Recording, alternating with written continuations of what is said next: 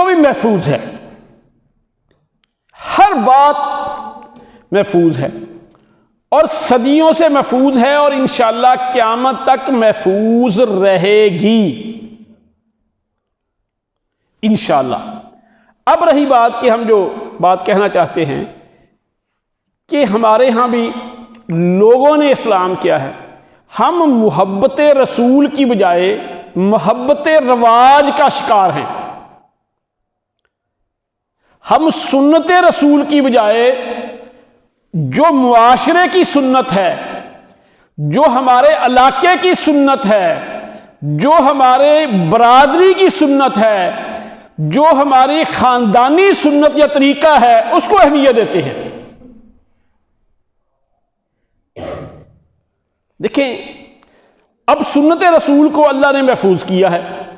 कहां पे है कि मुहद्दिसीन ने इतनी मेहनतें की हैं, इतनी मेहनतें की हैं कि एक एक हदीस हासिल करने के लिए मुहद्दिसीन ने महीने महीने का सफ़र किया है। सही बुखारी किताबुल इल्म में एक सुहाबी ने पूरे महीने का सफ़र किया कि फ़लाँ बंदे के पास अल्लाह के रसूल का एक फरमान महफूज है। एक सुहाबी को पता चला कि फ़लाँ इलाके में एक हदीस फ़लाँ बंदे के पास है, उसने सफ़र इतना लंबा था, उसके लिए ऊंट खरीदा। और इमाम बुखारी जिस समरकंद, बुखारा, ताशकंद, ये रशिया की रियासतों में हैं, उस ज़माने में पैदल कहां कहां पहुंचे, ये सारे अरब का उन्होंने सफ़र किया। पैदा कहां हुए और कहां कहां का सफ़र किया, कितनी उन्होंने मेहनत की। ऐसे ही इमाम मुस्लिम हैं, दीगर आइमा हैं, उन्होंने इसके लिए बहुत मेहनत की। मेहनत के बाद ये ज़ख़ीरा हमारे लिए महफूज किया। लेकिन आज एक तो आज का मुसलमान कहता जी पता नहीं अल्लाह केड़ी गले राजी है। भाई देखें, मुझे भूल लग जाए अलग बात है, मुझे गलती लग जाए और बात है, अल्लाह माफ़ कर गया। मुझसे सुस्ती और कुताही हो जाए, मैं अल्लाह से माफ़ी मांगूंगा, अल्लाह मुझे माफ़ कर देगा। लेकिन मैं कतअन ये नहीं कह सकता कि अल्लाह कुरान और हदीस पे अमल के अलावा किसी और चीज पे राजी है। अल्लाह सिर्फ और सिर्फ अपने नबी हजरत मोहम्मद और रसूल सल्लम के तरीके पे अमल करेंगे तो उस पर राजी है, वरना नहीं। और अब तरीका आपका कहां पे है? कुरान और हदीस के अंदर। और ये चीजें ही हमारे हमसे आगे पीछे हैं।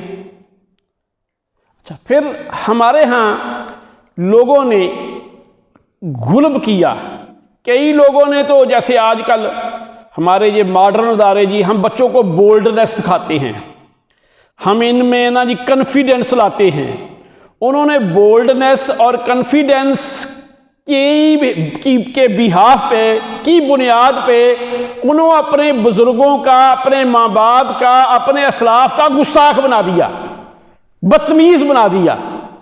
बैन ही एक तरफ तो ये है कि जो बुजुर्गान दीन हैं या आइमा कराम हैं, हमने तहकीक के नाम पे या बोल्डनेस के नाम पे उनकी इज्जत भी छोड़ दी, उनकी रिस्पेक्ट भी छोड़ दी, उनका एहतराम भी छोड़ दिया। और दूसरी तरफ हमने मुहब्बत के नाम पे, उनकी अकीदत में, उनके नाम पे मजहब बना लिए। देखिए, अगर लॉजिकली सोचा जाए, इसमें कोई शक नहीं कि जैसे आज के दौर में कई स्कॉलर हैं, बहुत आलम हैं। अभी मैं उम्रे पे गया था तो मदीने का ही एक सऊदिया का सैयद ख़ानदान का आदमी है, उसको कुरान तो हिफ्ज़ है ही है, सही बुखारी और सही मुस्लिम, इसके अलावा एक आध हदीस की किताब और भी हिफ्ज़ है और बहुत दीन की खिदमत कर रहा है। 40,000 के करीब उसने ऑनलाइन क्लासें ले रहा है, 40,000 से ज़्यादा उसके लोग उससे पढ़ रहे हैं ऑनलाइन, बड़ी दीन की खिदमत कर रहा है। ऐसे ही उस ज़माने में इमाम अबू हनीफा रहमतुल्लाह अलैह ने इतनी कुर्बानी दी कि जेल में रहे, बादशाहों के काजी के बादशाहों के ओहते रिजेक्ट कर दिए कि उनकी गलतियों की बिना पे दीन पे हर्फ ना आए, ये उन्होंने कुर्बानियां दी। इमाम मालिक रहमतुल्लाह अलैह, बादशाह को किसी की बीवी खूबसूरत लगी, उसने मौलवियों से कहा कि कहो ज़बरदस्ती की तलाक जायज़ है। मौलवी जो खाने पीने वाले हैं, जो बादशाह ने कहा उन्होंने कह दिया। इमाम मालिक मस्जिद नबवी के खतीब और इमाम थे, इनका कहना बड़ा ज़रूरी था, उन्होंने कहा ये नाजायज़ है। उसने सदा दी, उसने कहा नहीं। इमाम मालिक रहमतुल्लाह अलैह जितने भी मालकी हैं, अगर आपको हज और उम्रे पे जाने का मौका मिले, वो हाथ छोड़ के नमाज पढ़ते हैं। अब हाथ छोड़ के क्यों नमाज पढ़ते हैं? हालांकि मोता इमाम मालिक हदीस की दर्जा अव्वल की किताब है, उसमें इमाम मालिक हदीस लाए हैं कि रसूलुल्लाह सल्लल्लाहु अलैहि वसल्लम ने फरमाया कि हम नबियों की जमात को अल्लाह ने हुक्म दिया है कि हम नमाज के अंदर बाएं हाथ के ऊपर दायां हाथ रखें। यानी नमाज में के हाथ कैसे बांधे? बाएं हाथ के ऊपर दायां हाथ बांधे। ये सारे नबियों को हुक्म दिया, जो इमाम मालिक हदीस लाए हैं। अब क्या हुआ कि इमाम मालिक को जब सजा दी गई, उनके बाजू टूट गए। जब बाजू टूट गए, वो ऊपर उठते ही नहीं थे। लेकिन बाजू टूट गया, उन्होंने बादशाह के हक में फतवा नहीं दिया। जहां तक बाद जगह मिलता है कि उनको गधे पे सवार किया गया, उनका मुंह काला किया गया। उन्होंने कहा कि जो जानता है वो तो जानता है, जो नहीं जानता वो जान ले, लेकिन मैं जबरदस्ती की तलाक जायज नहीं करता। तो इन आइमा ने कुर्बानियां दी थी। अहमद बिन हंबल रहमतुल्लाह अलैह इनको ऊंट पे बांध के बाजू टांगे उनको दौड़ा देते थे। इनके जेल का एक साथी लिखता है कि इनको इतने कोड़े मारे गए कि बादशाह ने अपने हक में फतवा लेना था। कहते कि अगर किसी हाथी को भी मारे जाते, वो भी चिंगारता हुआ दौड़ जाता। लेकिन इमाम अहमद बिन हंबल रहमतुल्लाह ने नहीं फतवा दिया। एक दिन जेल में थे, किसी ने कहा कि जान बचाने के लिए झूठ बोलना जायज़ है, तुम ऊपर से कह दो कि कुरान अल्लाह की मखलूक है, दिल से ना कहो। कहते चलो ठीक है, जेल से तो निकलते हैं ना। जब दुनिया को पता चला, दुनिया बड़ी इकट्ठी होगी। अब इमाम मालिक ने कहा कि इतने लोग क्यों आ गए हैं? कहते इसलिए आए हैं कि इमाम मालिक क्या कहते हैं? कहते हैं मेरी जान जाती है तो जाए, मेरे 2 होंठों की जुम्बश से इतने लोग गुमराह हो जाएंगे। मैं कतन नहीं कहता कि कुरान अल्लाह की मखलूक है, मैं यही कहूंगा अल्लाह का कलाम है। तो मेरे भाई, इन आइमा की ये कुर्बानियां तस्लीम करना ठीक, इनकी इज्जत करना ठीक, इनका एहतराम करना ठीक, इनके इल्म से इस्तिफादा करना ठीक। मसलन लंबी बात है, जहां एक दफ़ा स्टीम पावर स्टेशन में चाइनीज इंजीनियर्स आ गए। वो यहीं पे थे, मेंढक कछुए, बरसात का मौसम था, वो पकड़ के खा रहे थे। मैं उनके पास चला गया तो वो अल्लाह को नहीं मानते। तो मैंने उनसे पूछा कि do you believe on God? कहते नो। तो मैंने कहा कि क्या मुमकिन है, ये इमाम अबू हनीफा का वाक़या है पुराना, कि एक कश्ती दरिया के एक किनारे से दूसरे किनारे जाए और उसमें मिला ना हो? कहते नहीं। तो मैंने कहा फिर ये सूरज चांद तारे चमक रहे हैं, अगर कोई इसके पीछे पावर नहीं, ताकत नहीं, ये दिन रात, ये मौसम, ये सब कुछ खुद ब खुद हो रहा है, अगर कश्ती नहीं आ जा सकती। अब लंबी बात की, यानी इमाम अबू हनीफा रहमतुल्लाह ने उस ज़माने में डिस्कशन थी, ये लेट गए। उसने कहा कि ये झूठा बंदा है, लेट हो गया। उन्होंने कहा जी मैं लेट इसलिए हुआ हूँ, दरिया के दूसरे किनारे से आना था, वहाँ पे कश्ती नहीं थी, मैं दरख्त के नीचे खड़ा था, दरख्त कट गया, उसके तख्ते बन गए, तख्ते फिट होके कश्ती बन गई, कश्ती मुझे अभी छोड़ के गई है। कहते ये तो पागल है, ऐसे भी कभी हुआ? इमाम साहब कहते कश्ती के बारे तू मानता नहीं कि खुद बन गई, ये सारी कायनात खुद बन गई। अच्छा, ये आइमा की इन मेहनतों से इस्तिफादा करना ये ठीक है, लेकिन इन आइमा के नाम पे मजहब बनाना, मुहम्मदन फर्कुम बैनन नास, लोगों के अंदर अगर तफरीक हो सकती है सिर्फ मोहम्मद सल्लल्लाहु अलैहि वसल्लम की बिना पे। ये उम्मती थे, ये मोहम्मद और रसूल के फॉलोअर थे, ये दीन के खादम थे। इन्होंने अपने अपने शोबे के अंदर, जैसे कोई हार्ट का स्पेशलिस्ट, कोई किसी और स्पेशलिस्ट, जैसे हमारे एक चीफ ऑफ आर्मी स्टाफ है, उसकी आर्मी में खिदमात हैं, डॉक्टर कदीर की एटॉमिक एनर्जी में खिदमात हैं। ऐसे ये आइमा को मंतक का इमाम, को फ़िक़्ह का इमाम, को तफसीर का इमाम, इनकी खिदमात थी। लेकिन ये पैगंबर नहीं थे, ये उम्मती थे। उम्मती की का काम शरीयत सादी नहीं है, उम्मती का काम शरीयत पे अमल करना है। हमारे लोग ये ना एहतराम के नाम पे आगे चले जाते हैं। हमने क्या किया, इनके नाम पे ग्रोह बना लिए, पार्टियां बना ली। अब किसी को मसला बताएं, ओ जी ये तो फलां के नज़दीक ये है। अच्छा, अब फलां की अगर इन आइमा की किताबें पढ़ें या कुरान और हदीस की असल किताबों को पढ़ें, वहां पे भी नहीं है। तो मैंने जैसे पहले बात की कि हम मोहब्बत रसूल की बजाय मोहब्बत रिवाज का शिकार हैं। हम सुन्नत रसूल की बजाय सुन्नत ख़ानदान का शिकार हैं, सुन्नत इलाका का शिकार हैं। तो मेरे भाई, सुन्नत मिलेगी सुन्नत के घर से, और सुन्नत का घर क्या है? ये हदीस की किताबें। और आप बैठे हैं, आपके घर में दुनिया जहान की चीज़ें हैं। कितने घराने हैं जहां पे सही बुखारी है, कितने घराने हैं जहां पे सही मुस्लिम है, कितने घराने हैं जहां पे अबू दाऊद है, तिरमिज़ी है, निसाई है, इब्ने माजा है। और आजकल तो सॉफ्ट कापियां मिल जाती हैं। तो इसलिए मेरे भाई, खुदारा सोचें कहीं हम भी उनमें ना आ जाएं जिनके बारे में अल्लाह ने कहा है आमिलतुन नासिबा तस्ला नारन हामिया, कि बड़े बड़े अमल करके थके हुए अल्लाह ताला क़यामत वाले दिन पकड़ के जहन्नम में फेंक देंगे। तो मेरे भाई, दीन इबादत मुहम्मद रसूल सल्लल्लाहु अलैहि वसल्लम की पैरवी में है। आपकी पैरवी को छोड़ेंगे, वो आपकी इबादत इबादत नहीं रहेगी, वो बगावत बन जाएगी। कई दफ़ा ये मिसाल दी है, सजदा इबादत है, और अल्लाह के कुर्ब का सबसे अहम, सबसे ज़्यादा इंसान अल्लाह के करीब उस वक्त होता है जब हालत सजदा में होता है। लेकिन ये सजदा भी बगावत बन जाएगा कि जब आप 2 से ज़्यादा करेंगे एक रकत में। आप कहेंगे मैंने 4 सजदे किए, मैंने चोरी की है। ओ भाई, इबादत मर्जी को नहीं कहते, इबादत मेहनत को नहीं कहते, इबादत मुशक्कत को नहीं कहते, इबादत मोहम्मद और रसूल सल्लल्लाहु अलैहि वसल्लम की पैरवी को कहते हैं।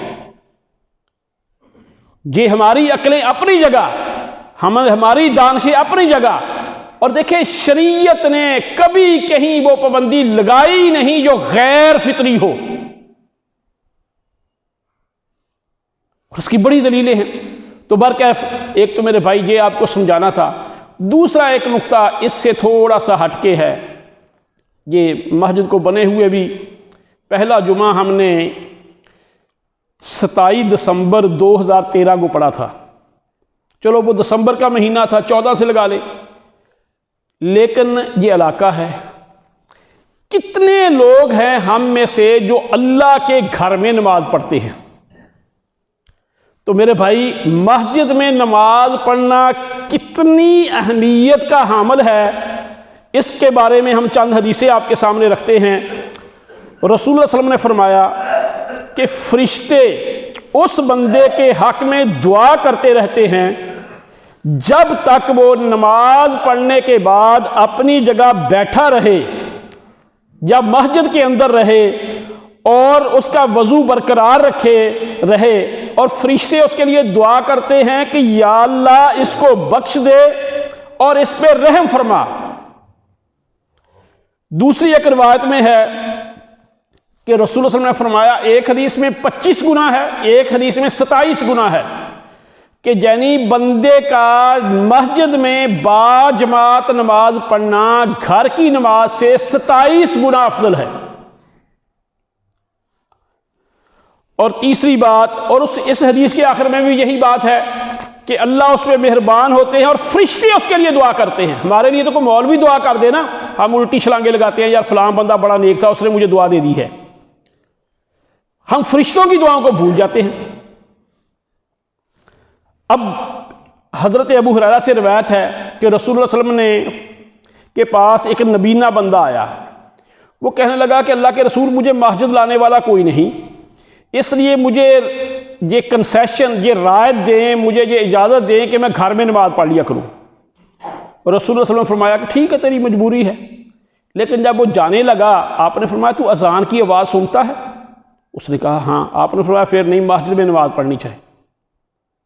दूसरी एक रिवायत में अब्दुल्ला बिन उम्मे मक्तूम जो नबीना सुहाबी थे, मदीने में उस वक्त आबादी कम थी, ये कहते थे कि अल्लाह के रसूल जब मैं घर से आता हूँ रास्ते में बिच्छू सांप इलाका ऐसा है, ये चीज़ें हैं, तो मैं नबीना हूँ, मुझे घर में नमाज पढ़ने की इजाज़त दो।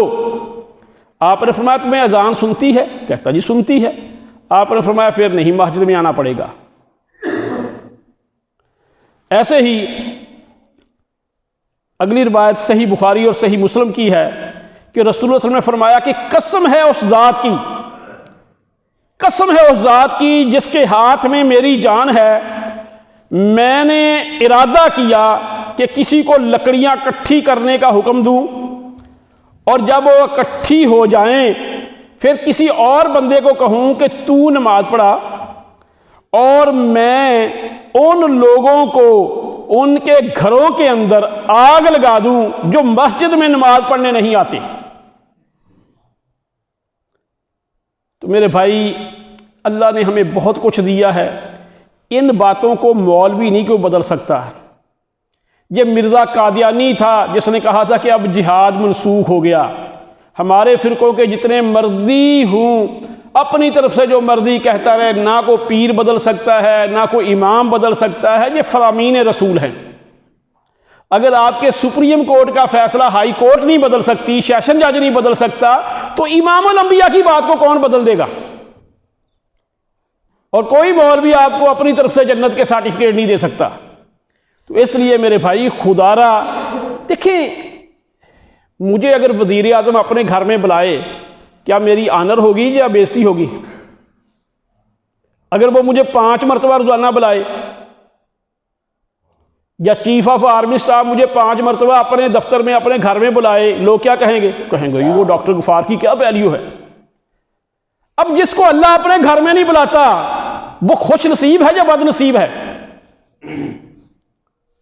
तो मेरे भाई खुदारा सोचे, वल्लाह याद रखें कि कोई और लालच, कोई और नहीं, सिर्फ यही है कि इमामुल अंबिया हज़रत मोहम्मद रसूल ने फरमाया कि तुम उस वक्त तक मोमिन नहीं हो सकते जब तक जो चीज़ अपनी ज़ात के लिए पसंद करते हो अपने भाई के लिए पसंद ना करो।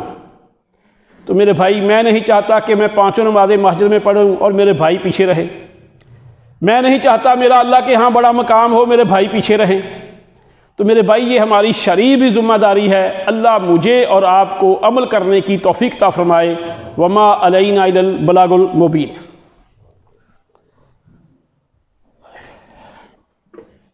इन्नल हम्दुलिल्लाह नहमदुहु व नस्तईनुहु व नस्तगफिरुहु व नऊज़ु बिल्लाहि मिन शरूरि अनफुसिना व मिन सय्यिआति आमालिना मन यहदिहिल्लाहु फला मुज़िल्ल लहु व मन युज़लिल फला हादिय लहु व अशहदु अल्ला इलाहा इल्लल्लाह वहदहु ला शरीका लहु व अशहदु अन्ना मुहम्मदन अब्दुहु व रसूलुहु। एक तो भाई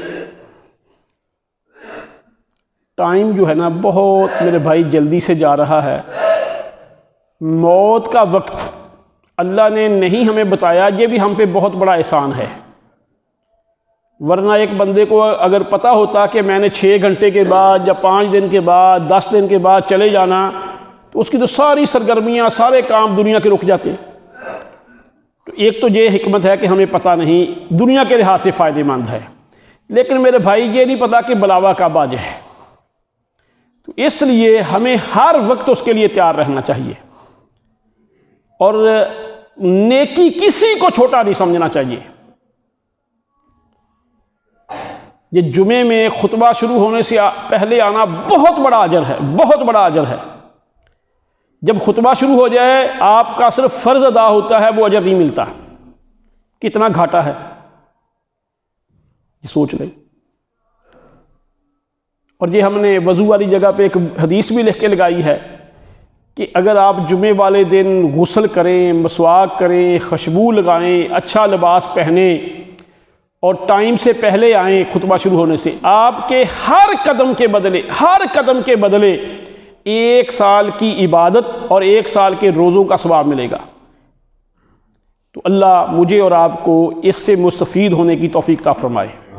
अम्मा बाद फ़इन्न खैरुल हदीस किताबुल्लाह खैरुल हदी हदी मुहम्मद सल्लल्लाहु अलैहि वसल्लम व शर्रुल उमूरि मुहदसातुहा व कुल्लु मुहदसतिन बिदअ व कुल्लु बिदअतिन ज़लाला व कुल्लु ज़लालतिन फिन्नार। सुब्हान रब्बिका रब्बिल इज़्ज़ति अम्मा यसिफून व सलामुन अलल मुरसलीन वल्हम्दुलिल्लाहि रब्बिल आलमीन।